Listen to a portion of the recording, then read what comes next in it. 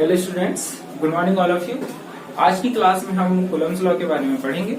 जो Coulomb's law है इसे कूलम नामक साइंटिस्ट ने दिया था, इसलिए इसका नाम कूलम्स लॉ रखा गया। अब इस लॉ में इन्होंने क्या बताया, इसमें इन्होंने मेनली यह बताया कि जो 2 पॉइंट चार्जेस होते हैं उनके बीच में कितना फोर्स लगता है और वो फोर्स किस किस फैक्टर पे डिपेंड करेगा। तो हम इसका स्टेटमेंट बाद में देखेंगे, पहले हमें देख लेते हैं कि जो फोर्स रहेगा किस किस फैक्टर पे डिपेंड करेगा। तो इसे समझने के लिए 2 चार्जेस लिए हमने, प्लस Q1 प्लस Q2। इसकी जगह हम दोनों माइनस माइनस वाले भी चार्ज ले सकते थे या एक प्लस वाला एक माइनस वाला भी चार्ज ले सकते थे। वो हमारे ऊपर डिपेंड करता है कि हम कौन सा चार्ज यूज कर रहे हैं समझने के लिए। और ये मान लेते हैं इनके बीच का डिस्टेंस है R। तो इन्होंने पहला पॉइंट बताया, इन्होंने ऑब्जर्व किया कि जब Q1 और Q2 की वैल्यू को इंक्रीज किया गया, मतलब Q1 और Q2 की वैल्यू को बढ़ाया गया, तो फोर्स की वैल्यू भी बढ़ गई। और जब इन दोनों की वैल्यू को डिक्रीज किया गया तो फोर्स की वैल्यू भी घट गई। तो इन्होंने पहला पॉइंट ये बताया कि the force between this 2 point charges is directly proportional to product of 2 charges.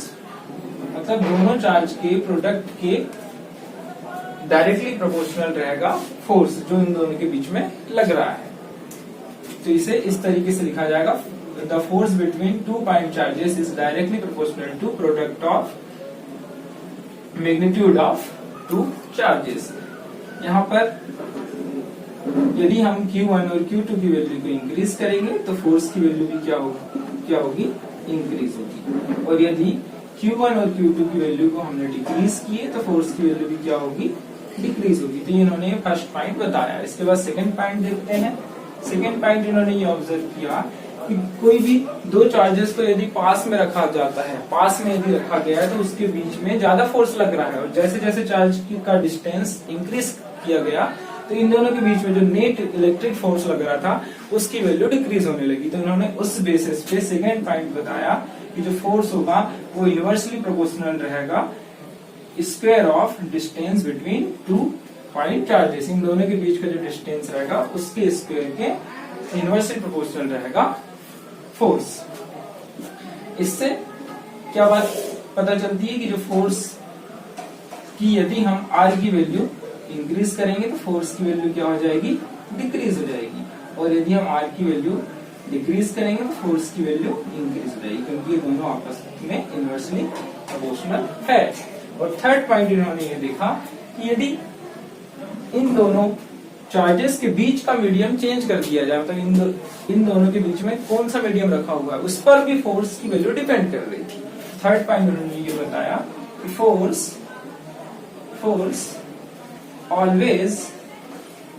always depends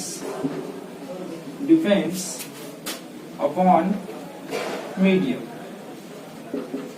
यहाँ पर हम इलेक्ट्रिक फोर्स की बात कर रहे हैं, इसी को इलेक्ट्रोस्टैटिक फोर्स भी बोलते हैं। इलेक्ट्रिक फोर्स या इलेक्ट्रोस्टैटिक फोर्स या कूलम फोर्स भी बोलते हैं। इन तीनों पॉइंट को ध्यान में रखते हुए फिर इसके बाद इसका फार्मूला निकाला गया कि फोर्स का मैग्नीट्यूड कैसे कैलकुलेट करेंगे। तो फर्स्ट पॉइंट, सेकंड पॉइंट और थर्ड पॉइंट के बेसिस पे जो फार्मूला निकाला गया, इफ डायरेक्टली प्रोपोर्शनल है Q1 और Q2 के, ये हो गया हमारे पास पहला पॉइंट। दूसरा पॉइंट, फोर्स इनवर्सली प्रोपोर्शनल है 1/R के स्क्वायर के, हो गया सेकेंड पॉइंट। इन दोनों को कंबाइन किया गया, कंबाइन करने के बाद फोर्स का जो फार्मूला आया, force directly proportional to Q1 Q2/R के स्क्वायर। इसके बाद प्रोपोर्शनलिटी का साइन हटाया गया, तो साइन हटाने पर एक कांस्टेंट लेना पड़ता है। कांस्टेंट यहाँ पे K लिए, और K क्या है इलेक्ट्रोस्टैटिक कांस्टेंट है। यहाँ K इलेक्ट्रोस्टैटिक कांस्टेंट है, इलेक्ट्रोस्टैटिक कांस्टेंट जिसकी वैल्यू किस पर डिपेंड करेगी मीडियम पर डिपेंड करेगी। K की वैल्यू किस पर डिपेंड करेगी मीडियम पर। इन दोनों के बीच में जो भी मीडियम है उस पर K की वैल्यू डिपेंड करेगी। तो यहाँ पे तीनों पॉइंट को ऑब्जर्व करने के बाद ये फार्मूला लाया गया, F is equal to Q1 Q2 upon R का स्क्वायर। इसी को यदि हम K की वैल्यू यहाँ पे रखें तो हम लिख सकते हैं F is equal to 1/4 pi epsilon naught Q1 Q2 upon R का स्क्वायर। यहाँ पे K की वैल्यू होती है here K is equal to 1/4 pi epsilon naught, और यहाँ पे जो एप्सिलॉन नॉट दिख रहा है ये परमिटिविटी है, जिसके बारे में हमें आगे की क्लास में पढ़ना है। परमिटिविटी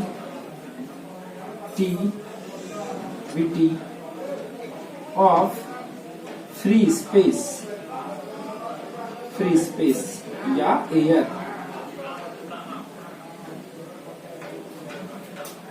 जिसकी वैल्यू यहाँ पर जब K की वैल्यू कैलकुलेट की गई सारी वैल्यू रखने के बाद, मतलब K इज इक्वल टू यहाँ पे 1/4 पाई एप्सिलॉन नॉट है, तो पाई की जगह पाई की वैल्यू, परमिटिविटी की जगह परमिटिविटी की वैल्यू रखने के बाद जो K की वैल्यू आई, K is equal to 9 into 10 की पावर 9 न्यूटन मीटर स्क्वायर पर कूलम स्क्वायर आई।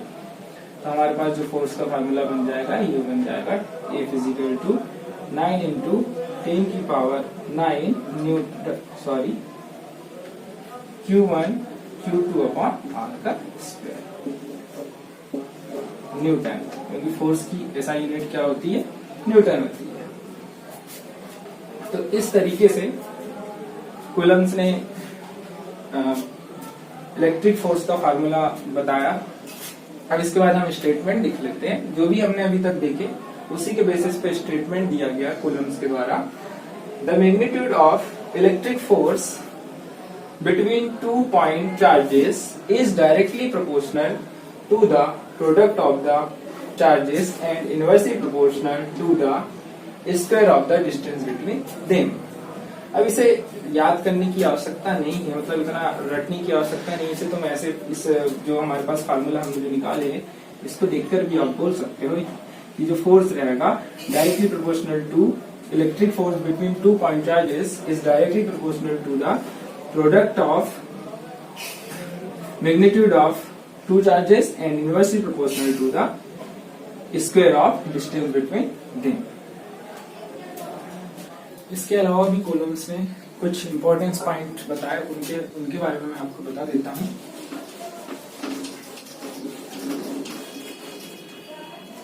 फोर्थ पॉइंट, इसमें कॉलम्स ने ये बताया कि जो Q1 Q2 पर फोर्स अप्लाई कर रहा है इसे हम मान लेते F21, मतलब force on second charge due to first charge, and Q2 Q1 पे जो फोर्स अप्लाई कर रहा है उसे हमने मान लिए F12, that means force on first charge due to second charge. दोनों का जो मैग्नीट्यूड रहेगा वो इक्वल रहेगा। यहाँ पे आप देख रहे होंगे कि दोनों एक दूसरे के अपोजिट डायरेक्शन में, F12 का डायरेक्शन इस साइड है, लेफ्ट साइड में है, और F21 का डायरेक्शन राइट साइड में, दोनों एक दूसरे के अपोजिट डायरेक्शन में। इसलिए हम फोर्थ पॉइंट में क्या लिख सकते हैं, both force F12 and F21 have same magnitude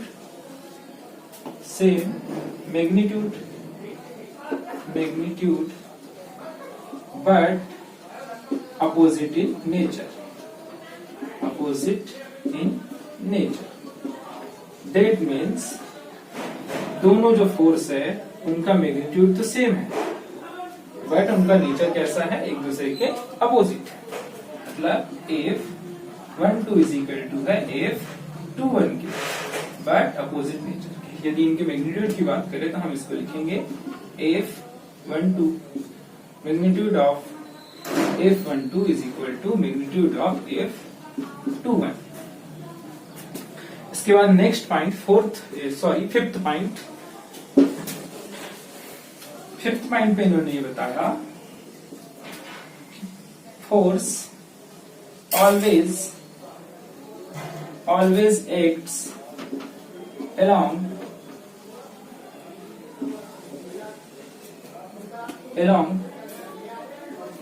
line joining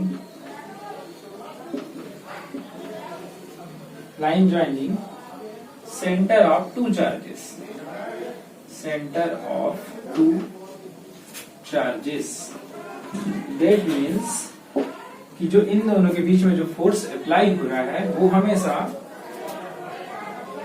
इन दोनों चार्ज से होकर जाने वाली सेंटर लाइन के अलॉन्ग एक्ट करेगा। मतलब कि यहाँ पर Q2 Q1 पे जो फोर्स अप्लाई कर रहा है वो हमेशा स्ट्रेट लाइन में अप्लाई करेगा, मतलब जो फोर्स अप्लाई हो रहा है वो हमेशा स्ट्रेट लाइन में अप्लाई होगा। जैसे यहाँ पर F12 का डायरेक्शन इस साइड स्ट्रेट लाइन में है, यहाँ पे F21 का डायरेक्शन इस साइड स्ट्रेट लाइन में है। ये इस डायरेक्शन में नहीं हो सकता, इस डायरेक्शन में नहीं हो सकता, या इस डायरेक्शन में नहीं हो सकता, या इस डायरेक्शन में नहीं हो सकता है। तो हम यहाँ पे बोल सकते हैं force always acts in straight line. यहाँ पर जो फोर्थ पॉइंट है, इस पॉइंट पर आपको एक बात ध्यान रखना पड़ेगा कि जो फोर्स है F12 एंड F21 दोनों एक दूसरे के अपोजिट डायरेक्शन में है। तो यहाँ पर हम फोर्स के मैग्नीट्यूड के साथ साथ इसके डायरेक्शन की भी बात कर रहे हैं। तो डायरेक्शन को स्पेसिफाई करने के लिए हम फोर्स के ऊपर एरो का साइन लगाएंगे, क्योंकि फोर्स वेक्टर क्वांटिटी होता है। तो यहाँ पर हम डायरेक्शन के कारण फोर्स के ऊपर एरो का साइन लगाएंगे, ये आपको ध्यान रखना है। उम्मीद है कि आपको कूलम्ब्स लॉ बहुत अच्छी तरीके से समझ में आ गया होगा। आज की क्लास में कुछ न्यू वर्ड आए हैं, जैसे for example electrostatic constant, permittivity, और यहाँ की एसआई यूनिट। तो ये सारी चीजें हम नेक्स्ट क्लास में डिस्कस करेंगे। और इसके अलावा यह भी देखेंगे कि जो कूलम्ब फोर्स लग रहा है, मतलब दोनों चार्ज के बीच में जो फोर्स लग रहा है वो किस कारण से लग रहा है। अभी हमने ये नहीं देखे है, हमने केवल इनका फोर्स का मैग्नीट्यूड निकाले कि फोर्स का मैग्नीट्यूड क्या होगा। लेकिन आगे की क्लास में हम इसके पीछे का रीजन देखेंगे कि दोनों चार्ज के बीच में फोर्स क्यों लगता है, उसके पीछे का क्या रीजन।